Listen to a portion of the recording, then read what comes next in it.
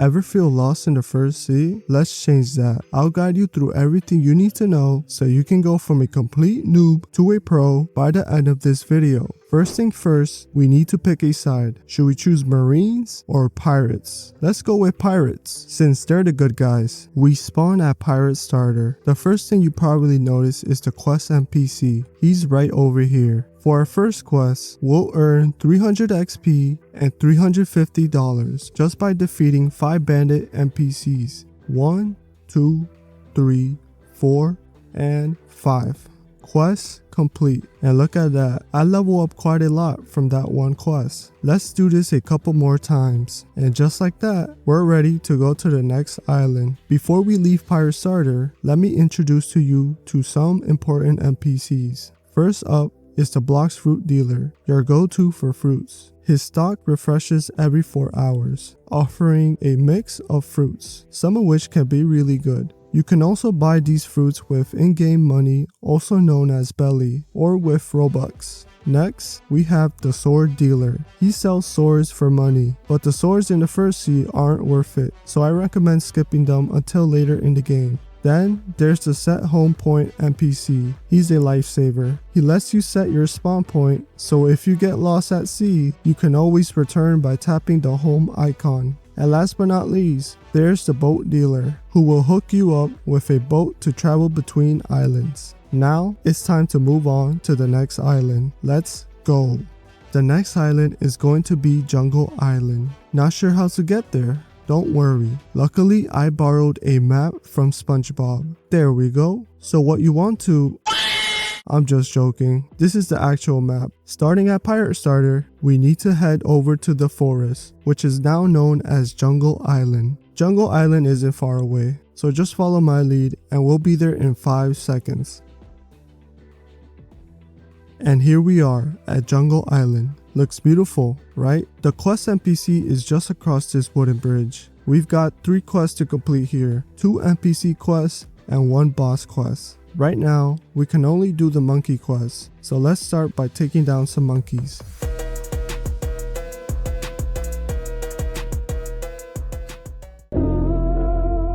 After completing the monkey quest a few times, we're ready for the next quest, the gorillas. These guys are going to be tougher than the monkeys, and they're going to hang out on a smaller island just over here. To defeat these gorillas more easily, go to your menu, click on stats, and put most of your points into melee for more damage, as well as some into defense for more health.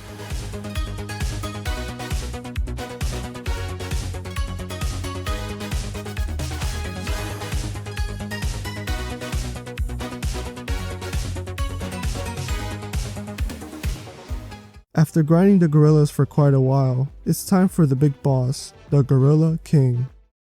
Come over here and kiss me on my... He's located on the smaller island where we fought the smaller gorillas. Be careful with this gorilla. He has a powerful move called Ground Slam. After a few hits, he'll slam the ground, stunning you and dealing some serious damage to you. Keep your distance and be ready to dodge his attacks. Once you've taken down the Gorilla King a few more times, you'll be ready to move on to the next island. Next stop, Pirate Village. Getting there can be a little tricky, but don't worry. On the left side of your screen, you'll see a compass. Just click on it and then select track. This will help you guide you to the next island. Way better than using that SpongeBob map from earlier. A few moments later. We finally arrive at Pirate Village, and the quest NPC is waiting for us right in front of us. Let's check out what quest he got for us. First up, we have the pirate. He's easy to take down. Just watch out for his sword, and be careful when stacking the pirates up.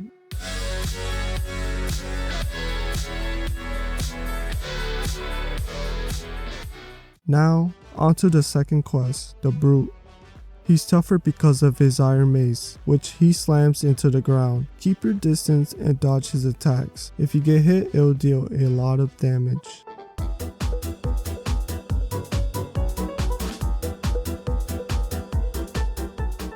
And now, let's meet the boss of Pirate Village, Bobby. I know, Bobby might sound like a basic name, but don't underestimate him. He got a move called Dance, where his whole body breaks apart. He also uses his sword as a weapon and uses sword slash pretty often, so be ready to dodge those hits too. On this island, you can also purchase your first fighting style called Dark Step. You can find a fighting style teacher in a small house between two large houses.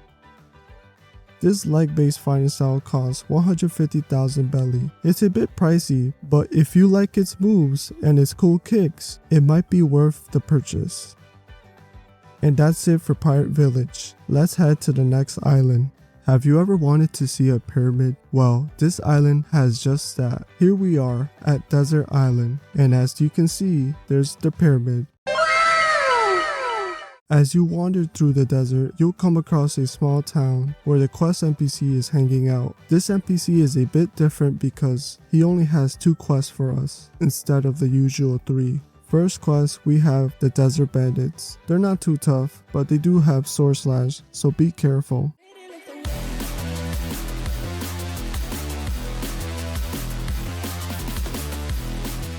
Next up, we have the Desert Officers. They're located on a smaller island behind the pyramid. Like the Desert Bandits, they're easy to defeat, but be careful with their sword slashes as well.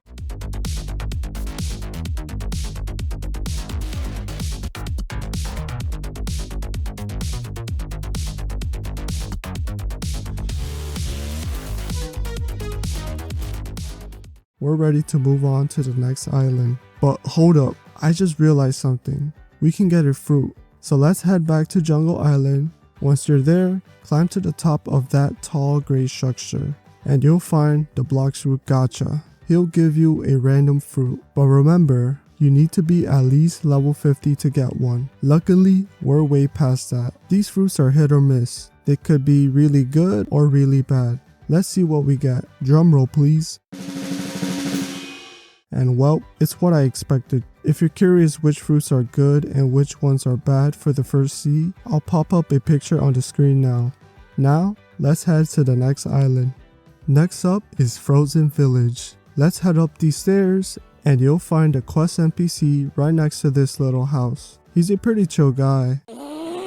This NPC offers 2 regular quests and 1 boss quest. Let's start with the Frozen Bandits. These NPCs use swords and can hit hard, so as always, watch out for their attacks, but overall, they're not too tough to defeat.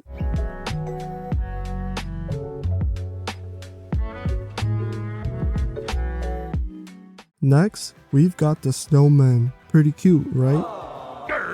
They're spread out across the area and they hit pretty hard, so be careful, but overall, they're not too hard to defeat.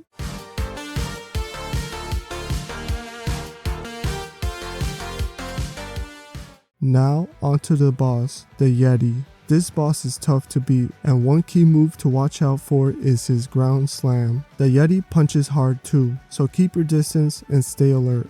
Once you've defeated him a few times,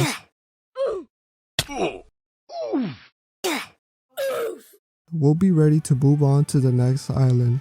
But before we move on to the next island, let me tell you about the ability teacher. To find him, walk down here and jump off this cliff, and you'll see a big cave. Enter it and you'll find 2 people by a campfire. The ability teacher is the old man with white hair. He offers 3 abilities that are going to be very important for our Blox fruit journey from noob to pro.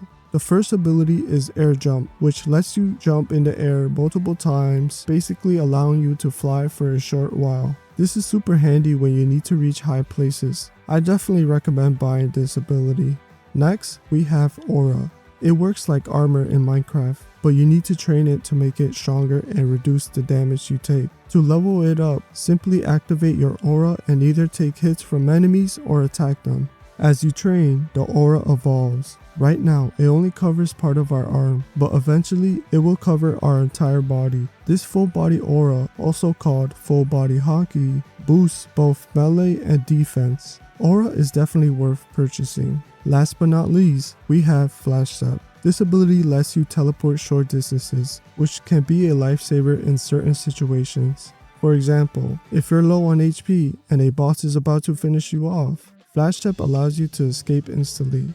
It's also useful for reaching high places without using air jump. While flash up is worth purchasing, if you can't afford it right now, you can always get it later in the game. However, I recommend buying aura and air jump as soon as possible. They will definitely help. That's all for Frozen Village. Let's move on to the next island. Marine Fortress is up next. The quest NPC is just ahead with 2 quests for us. For the first quest, we'll need to defeat the chief petty officers scattered around the island. They're not too hard to defeat, so take them down a few times and you'll eventually unlock the boss quest. Now for the boss quest, the Vice Emerald stays in his spot 24/7. He won't move until you grab his attention, but once you do, be prepared for his powerful triple sword slash. Make sure to dodge it, because if you don't, it'll deal a lot of damage. After defeating him a few times, you'll be ready to move on to the next island. Honorable mention: occasionally a powerful raid boss named Greybeard will appear on this island. Trust me, if you're not in the 2nd sea or 3rd sea, stay far away from him. He can one-shot you without breaking a sweat. If you want to challenge Greybeard, you'll need a lot of people to help take him down. Good luck if you decide to face him. Here's a bonus tip: there's a special black cape on this island that gives you an extra 100 health and 100 energy. You'll find Parlous, the guy selling it, at the top of this watchtower. Use air jump or flash up to reach the top, then go down the square hole inside the tower and you'll find Parlous selling the black cape for just 50,000 belly. It's totally worth it if you can afford it. And that wraps up Marine Fortress. Now let's head to the next island. Skylands is up next. To find a quest NPC, we'll need to go all the way to the top of the cloud by walking up these small bridges, which is a pain.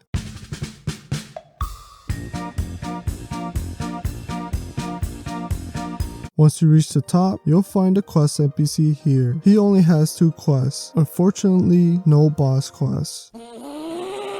For the first quest, the Sky Bandits, will need to head down to the white and blue castle we passed earlier and defeat the blue-haired NPCs. These NPCs are easy to defeat, just watch out for their sword slash move. Once you completed the Sky Bandit quest a few times, you unlock the second quest, the Dark Masters quest. The Dark Masters are located 1 level down from the cloud in the grassy area below. These guys are similar to the brutes from Pirate Village. They have iron maces and smash the ground, dealing some pretty high damage, so be careful with their attacks. Now, on this island, we can buy another fighting style. To find it, head to the bottom of Skylands where the sand is. From there, go behind a cloud, swim a bit, climb on top of the rock, and jump down. You'll find the mad scientist who will teach you the electric flying style for 500,000 belly. It's expensive, but worth it. The electric flying style is a big upgrade from Dark Step and Combat. It has a cool electric effect and an awesome moveset. If you like how it looks and its movesets, you should definitely buy it. This flying style won't disappoint. Now, let's move on to the next island.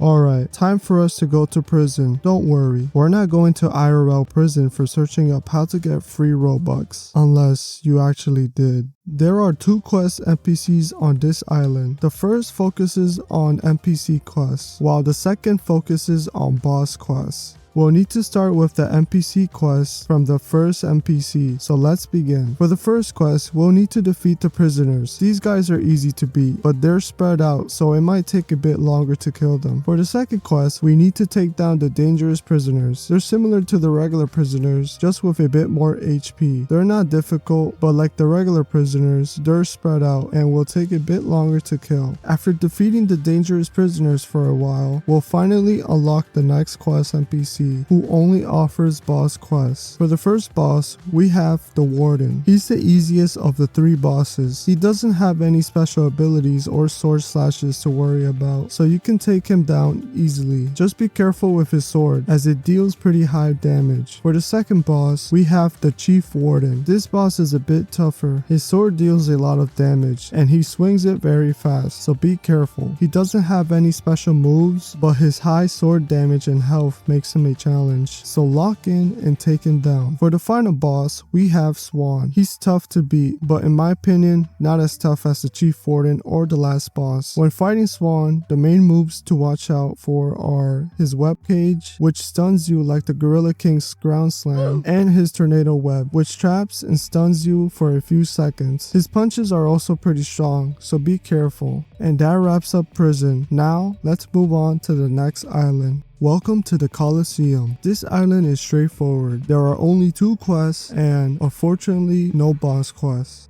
For the first quest, we'll be fighting the Tuggo warriors. They're located on the left side of the Colosseum. Like the NPCs at prison, they're pretty much spread out, so it'll take a bit longer to take them down. For the second quest, we've got the gladiators. These guys are on the right side of the Colosseum. They're similar to the gladiators, but have a bit more health and strength. Overall, they're not too difficult to defeat.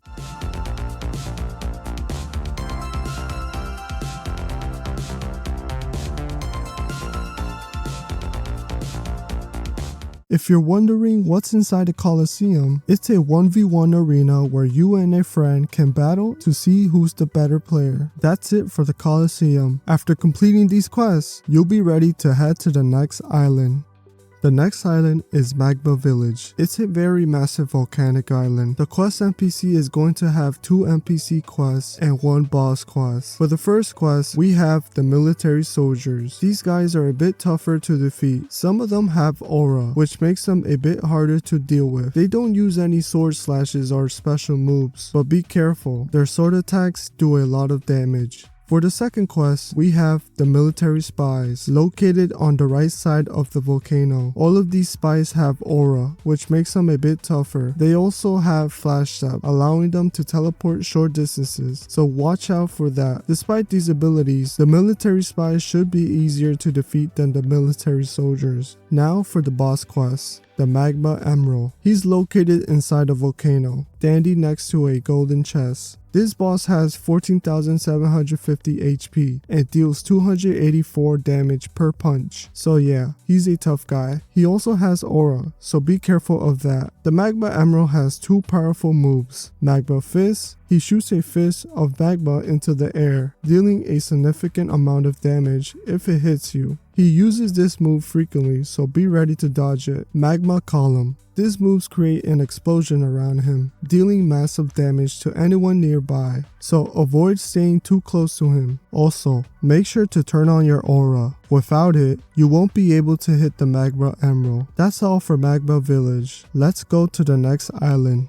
Next up is Underwater City. To get there, we'll first need to jump into this huge vertex, which will teleport us to Underwater City. The quest NPC is right here, offering 2 NPC quests and 1 boss quest. For the first quest, we need to defeat the Fishman warriors. These guys right here. They use swords and the sword slash move, so be careful, but overall, they're easy to defeat. For the second quest, we have the Fishman Commandos. These guys are tougher than the previous NPCs, and they carry 3 swords. Their sword slash move is also much stronger, so watch out for that. Overall, they'll be a bit harder to defeat, so make sure your melee and defense stats are as high as possible to make the fight easier. For the boss quest, we need to go inside the palace to find the Fishman Lord. This boss is strong and overpowered because he has 2 forms. Once you get him low on health, in his first form, he'll instantly regenerate and transform into his final form, making him even stronger. The Fishman Lord has 2 main moves. Trident throw. He throws his trident at you, then charges at high speed to hit you with it. This move does a lot of damage, so dodge it by moving left to right to avoid getting hit. Water Pulse. He spins his trident in circles, absorbing nearby players before exploding and knocking them back. This move also does a lot of damage, so make sure to stay out of range when you see him spinning. In Underwater City, you can get the Water Kung Fu fighting style, which is the last and best fighting style in the first sea. To find a Water Kung Fu teacher, head to the right side of the palace, go straight down, and walk through this hidden wall right here. Inside, you'll meet the Water Kung Fu teacher, who will teach you the fighting style for 750,000 belly. It's expensive, but definitely worth it. The Water Kung Fu fighting style has an awesome moveset, and is one of the best fighting styles in the first sea. If you like how it looks, you should buy it. It won't disappoint. That wraps up Underwater City. Let's head to the next island.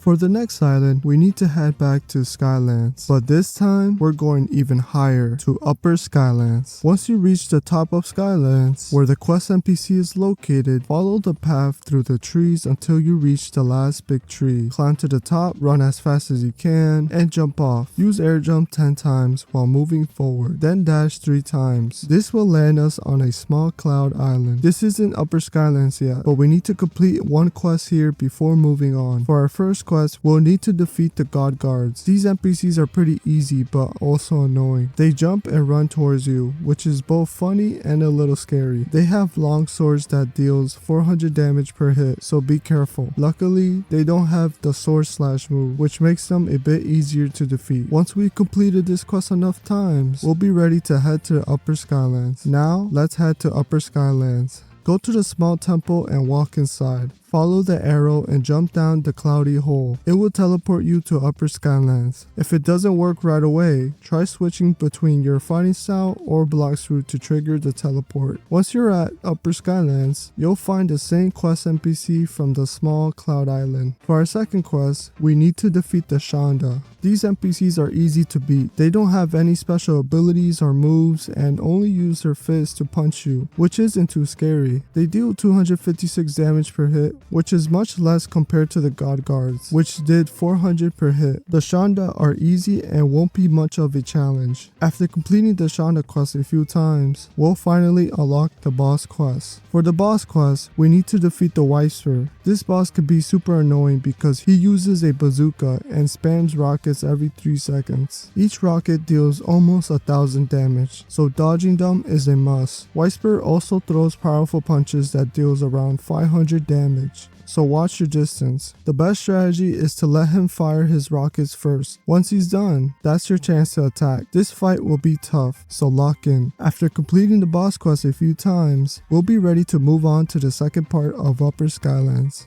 Yes, you heard that right. There's a second part to Upper Skylands. It's on the other side of the cloud, connected by that big branch. Once we're there, we'll find the next quest NPC. For the first quest, we'll be fighting the Royal Squad. These NPCs are located right in front of the quest NPC and are easy to defeat. They don't deal much damage, but their high health makes them a bit tanky. Since they only use their fists, they're easy to take down. It won't take long for us to move on to the next quest. For the second quest, we'll need to defeat the Royal Soldiers, located right here. These guys are a bit tougher. They carry swords and frequently use the sword slash move, which deals 260 damage per hit, so watch out. Overall, they're not too difficult and should be quick to defeat. Once we've completed this quest a few times, we'll be ready for the boss quest. For the boss quest, we'll need to defeat the Thunder God. He's located at the very back, where the open space is at. The Thunder God uses the Rumble Fruit and has 2 powerful moves. Rumble Dragon. He shoots lightning at you like a bullet. It's fast and does a lot of damage, so the best way to dodge it is by dashing quickly to the left or right. Sky Thunder. He summons lightning rain around him. If you get hit, you'll be stunned and take massive damage. To avoid this move, use air jump to get high above the lightning strikes. Another thing to know about the Thunder God is that he has a golden pole. While it doesn't have any special moves or abilities, it does 150 damage per hit, so you definitely want to avoid getting too close. If you die during the fight, you'll respawn back at the first part of Upper Skylands. By the time you return, the boss health will already be regenerated, so you'll have to restart the fight all over again. Make sure to keep an eye on your health and dodge his attacks. One last thing, the Thunder God is an elemental fruit user, so if you attack him without aura, he won't take any damage. Make sure to activate your aura during the fight. After defeating the boss a few more times, we'll finally be able to move on to the next island. Let's go.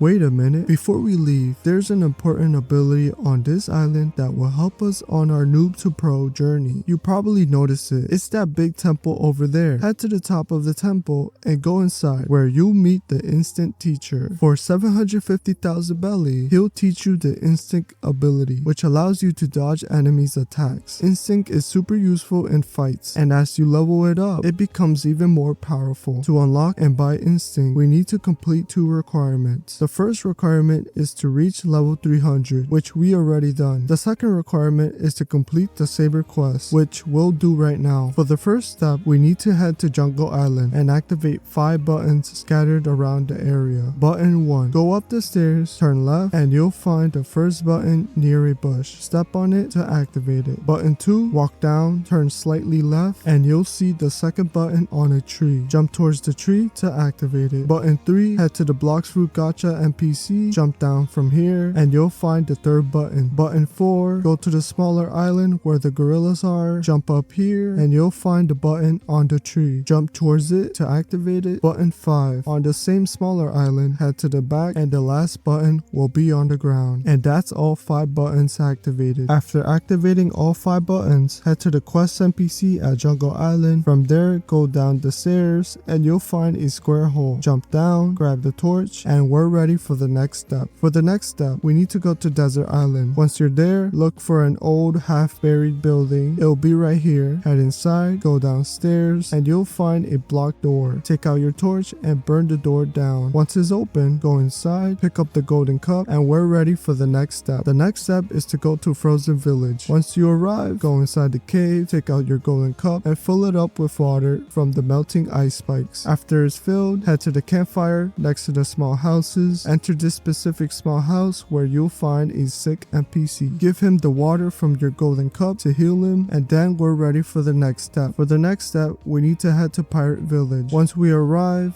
go to the left side of the village where this golden chest is located. Near the chest, you'll find the rich NPC. Talk to him, and he'll send us on a mission to defeat a boss he's scared of. Follow my lead to find the island where the boss is located. It's called John Luke Island, a small island with just one boss inside a cave. Don't worry, the boss isn't scary and will be easy to defeat. Once you take him down, head back to Pirate Village and talk to the rich NPC again. After talking to him, he'll reward us with a relic key, and we'll be ready for the final step. For the final step, we need to return to Jungle Island. Once you're there, head to the gray structure where you'll find a key lock on the wall. Take out your relic key and use it to open the door. Inside, we'll have to defeat the boss. This boss will be a bit hard, so watch out for his sword slash move and the high damage his sword deals with each hit. Once you defeat him, you'll be rewarded with the Saber sword, the best free sword in the first sea. Check out these moves, it's pretty cool. After defeating the boss, you'll also complete the Saber quest, and will finally be able to buy the instinct ability. Let's head back to Upper Skylands and buy the instinct ability. Once you're there, talk to the instinct teacher and purchase instinct for 750,000 belly. Nice, we've got the instinct ability. To activate it, press the E or K key on your keyboard or use the left D-pad on a controller. To level up your instinct ability and increase the number of dodges, you'll first need to activate it and use it against higher level NPCs or bosses. Right now, we can dodge a few attacks, but as you continue using it and getting hit by enemies, your number of dodges will increase, making you even more powerful. And that's all for Upper Skylands. Now, let's head to the next island.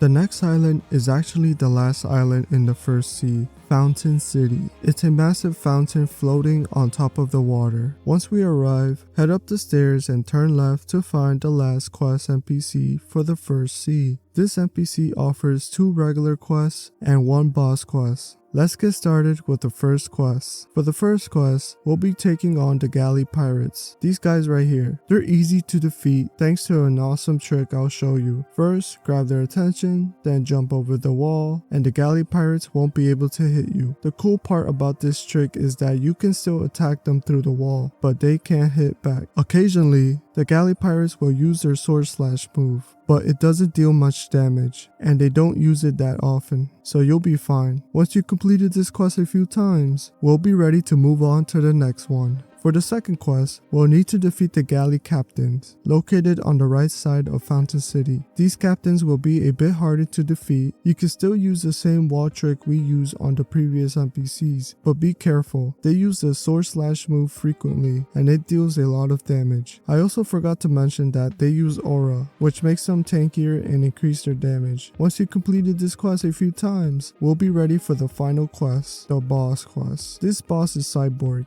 He will be located on the very left side of Fountain City. This boss is going to be very difficult to defeat. I also had a hard time defeating him. What makes the cyber boss very difficult is his high HP. his strong punches per hit, and his 3 powerful moves that he uses very often. For the first move, Rocket Barrage, the cyborg fires a bunch of rockets towards you, dealing 342 damage for 1 rocket. To avoid this move, you want to dash away quickly to the left or right, or you can use Flash Step to get away as well. For the second move, Strong Right, he throws a long punch like a bullet, dealing around 600 damage per hit, so watch out for that and be ready to dodge it. For the third and strongest move, he uses Rising Fart Strike. With this move, he'll fart right in front of your face. It's both gross and deadly. Each fart deals almost 800 damage, so you definitely want to avoid this move. This boss won't be easy to defeat, so lock in. If you don't, you'll get killed every time, and he might just make you rage quit. Good luck with this boss. After defeating the stinky cyber boss a few times and finally reaching level 700, we're ready to go to the second sea. But to get there, we first need to complete a mini quest to unlock the second sea. Let's get started. For the first step, we need to head to prison and find the military detective NPC. He'll be near the boat dealer. Talk to him and he'll send us on a mission to defeat the final boss of the first sea. Let's take him down. The final boss is located at Frozen Village, inside the same cave as the ability teacher. Inside, you'll find the final boss, also known as the Ice Emerald. This boss isn't hard to defeat. In fact, he's pretty easy. While the Ice Emerald has a lot of health, he doesn't deal much damage, so you should have no trouble taking him down. Once we defeated him, we'll need to return to the military detective at prison. Once you're back at prison, talk to the military detective again, and he'll send us to Middletown, where the experienced captain who will take us to the second sea is located. Follow my lead if you're unsure how to get to Middletown. Once we're there, look for a house with a yellow rooftop. Right next to that house, you'll find the experienced captain standing outside. Talk to him and we'll finally be teleported to the second sea. Let's go! Now, you might be wondering, how do I get back to the first sea? If you ever want to return, just talk to the same experienced captain and he'll take you back instantly.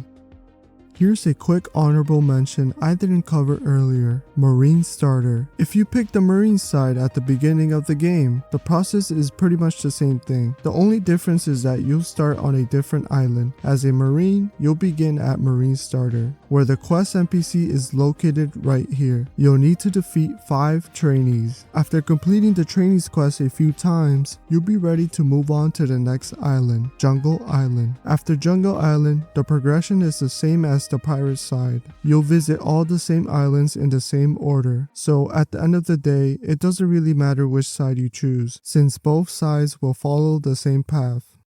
You have officially completed the first sea. If you enjoyed this video, please like, subscribe, and drop a comment. With that said, I'll see you in the next video.